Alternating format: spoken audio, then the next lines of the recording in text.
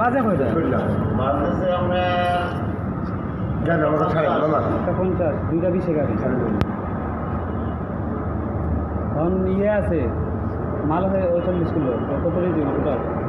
1140 টাকা ভাড়া আর 300 টাকা মালে 300 টাকা। 300 আমরা তো সব সময় যাই। 1440 টাকা হবে, এর কম হলে হবে না। এটা কি নতুন নিয়ম? হ্যাঁ,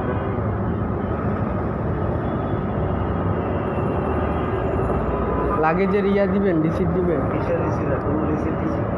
রিসিট টিসিট নাই শিওর তো? অন্য কাউন্টার ছিল না। কেন? এটা কি ধরনের কথা বলছেন? এটা যদি না পুষায় আপনারা অন্য হাতের টিকিটে যাবেন না, আপনারা মালের রিসিট, এরা মালের রিসিট হয় না কোন দিকে মালের তাহলে আমরা যে গাড়িতে যাবো আমার লাগেজ থাকবো না? থাকবে 10 কেজি করে 20 কেজি থাকবে, আমি লেখা আছে না, আমরা কি দিচ্ছি না?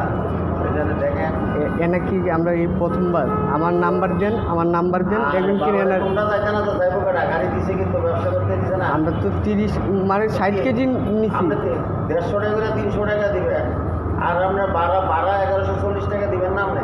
তাহলে ওটা অ্যাড করবেন না যে একটা বিল আছে না? এটা হেরা পাবে, গাড়িতে যারা থাকে তারা পাবে। জি, গাড়িতে যারা থাকে তারা পাবে, স্টাফ পাবে, এরা মালের ভাড়াটা স্টাফ পাবে।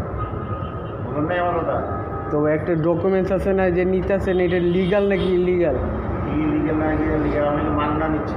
কি আমরা কি মাগনা যাবো? এটা বুঝাইতে পারবো না কাকা, কি করে আমি টিকিট দিয়ে দেয়, যদি মান্না নেয় সুপারভাইজার আমাকে বুঝতে টিকিট পরে ক্যান্সেল হবে না, আমার 1140 টাকা দিয়ে দেবে। আপনার টিকিটে লেখা থাকবে মাল, লাগেজ লেখা থাকবে, লাগেজ অবশ্যই লেখা থাকবে। আমার এত দরকার নেই, আমি টিকিট দিব 1140 টাকা দেবে, আর মালের ব্যাপারে আপনার কথা বলছি। টিকিট ঠিক আছে।